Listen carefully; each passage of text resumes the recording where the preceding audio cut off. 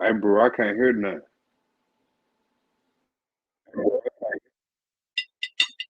Okay, Nah, I can't hear nothing. can you hear me? Yeah, I can hear you, but I can't hear nothing on the video. Mm, mm. You loud. Hey, family in the chat, let me know if y'all can hear this.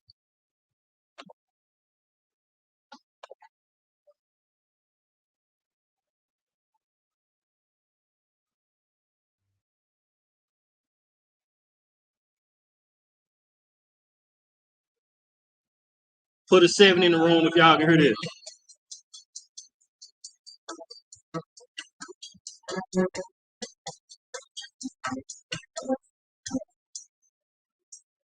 I grew up hearing stories from the pages of the Bible.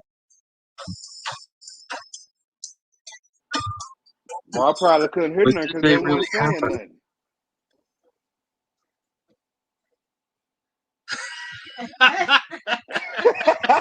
My bad. You can hear that? Yeah, I can hear that. All right, I'm gonna start it over. Hey, All right. Yes, hey, this said I it's a just little want to give choppy. a give give a Down. quick summary, just in case the people don't know. I know Pops at the end of the class, he said it was about the Ebionites, but this documentary we gonna watch, family. It's called the Moses Controversy, and it's this I don't even know what you call them, archaeologists, I guess you call Yeah, them. investigative filmmaker. Okay, yeah, Yeah, but investigative filmmaker, but hey, he got his archaeology on in his joint. he Uh, interviewing a whole lot of archaeologists. okay, okay, yeah. So they going into y'all showing proof, historical proof, geographical proof, archaeological proof that Moses wrote the first five books of the Bible. So yeah, All right, let's get it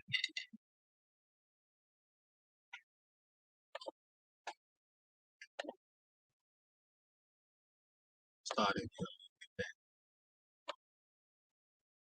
People that came in late.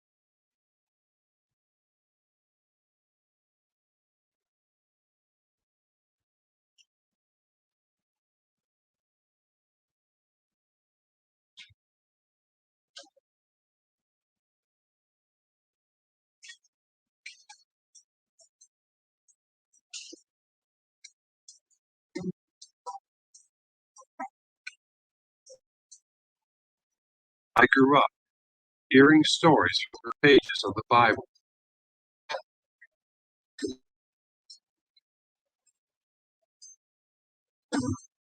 This question led to the ancient lands of the Middle East, searching for patterns of evidence that match the biblical events.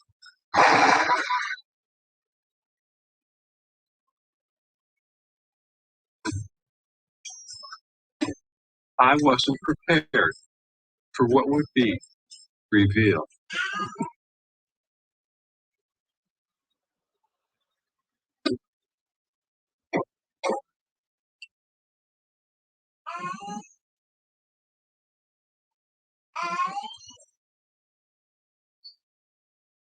I had been interviewing people all over the world for years.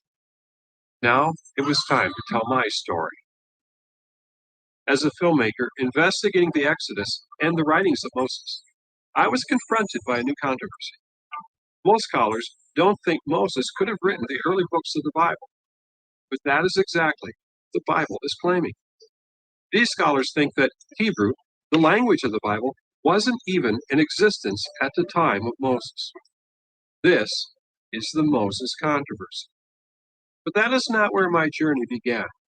I started this investigation back in 2002, searching for the path that Moses and the Israelites would have taken in their exodus out of Egypt.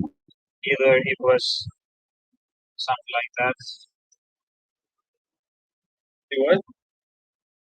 What interested me in the beginning was that I had heard of Exodus explorers claiming to have found remarkable evidence of a miraculous sea crossing, where the Bible says God split the waters to allow the Israelites to pass, but brought the water back down on the Egyptians, destroying their chariots and army.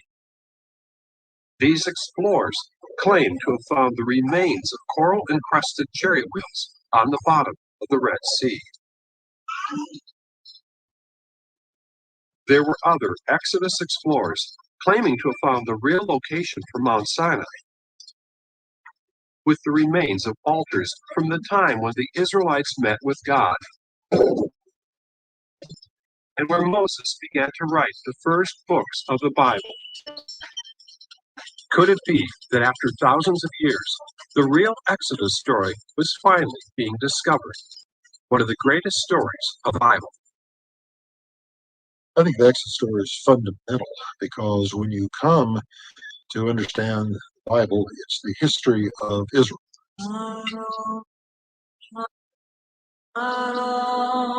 Israel has no history apart from the Exodus. The Exodus defines the Jewish people. It's their self-identity, their whole understanding of the Passover, which throughout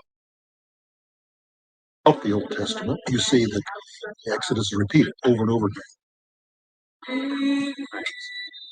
Buying Passover or offering matzah. It's the God who brought you out of Egypt. Remember, go back to these events happened.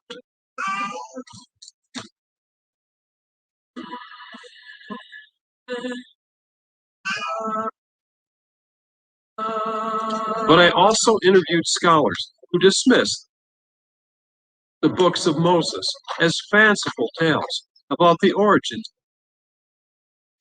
of the Israelites, not written until long after the events. This caused me to put my investigation of the sea crossing and the journey to Mount Sinai on hold. I knew I could not investigate these events until I first determined whether Moses even had the ability to write down the details of the Exodus journey. This investigation would reveal one of the most profound discoveries I have ever encountered. Another one going along in this direction.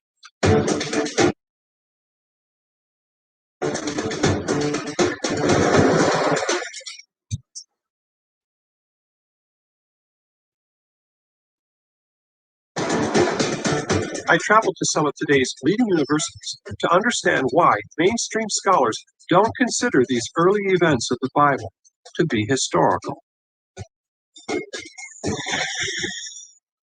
Professor William Deaver is one of America's premier archaeologists who specializes in the history of Israel during biblical times. Early in his 50-year career, he witnessed and actually participated in a revolutionary change of attitudes towards the Bible in the field of archaeology.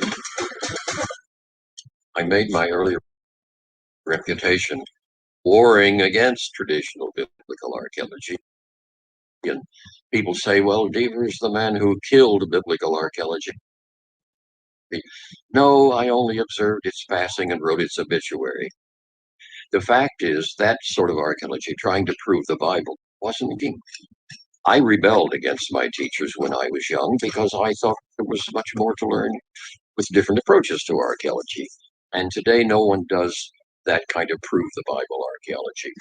Remember, the biblical writers exaggerate. You know, Solomon was not quite that great, and David didn't do all those things. So I don't see Moses as the founder of Israelite religion, and most scholars don't today. Professor Donald Redford has long been one of the world's most respected Egyptologists. He was given the award for Best Scholarly Book in Archaeology for his work, Egypt, Canaan, and Israel in Ancient Times. He too is very critical of the early Bible stories, including the Exodus. I would subject the biblical 1 to 15 of Exodus to the same kind of historical probing that any historian will do. Who wrote this stuff? For whom did he write it? When did he write it? And very important, what did he know of the topic he was writing about? And boy, in my research, Exodus 1 to 15 comes off very negatively. Very. What does negatively mean? Well, it does not reflect almost anything to do with the original incident.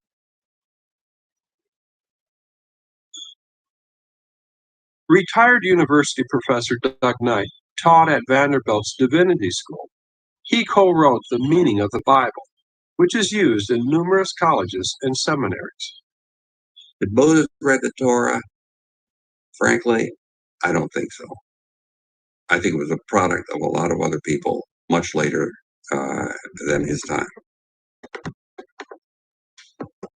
Interestingly, these three leading voices in the world of archaeology, Egyptology, and biblical studies have something in common. All were raised in conservative Bible-believing homes, just as I was. Over time, these scholars became agnostic, at least in part because of the challenges they saw against the Bible, such as the lack of supporting evidence. Was that sort of the beginning of going from maybe a fundamentalist believer to an agnostic? Yes, very much so. I felt that this.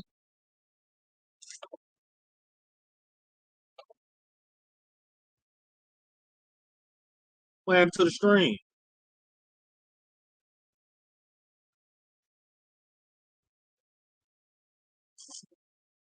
Bro, you there?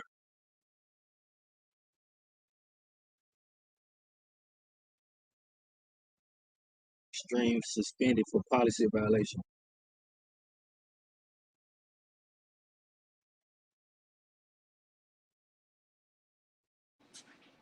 They flagged this room. That's what it looked like. I'm gonna in the podcast. That's what it looked like.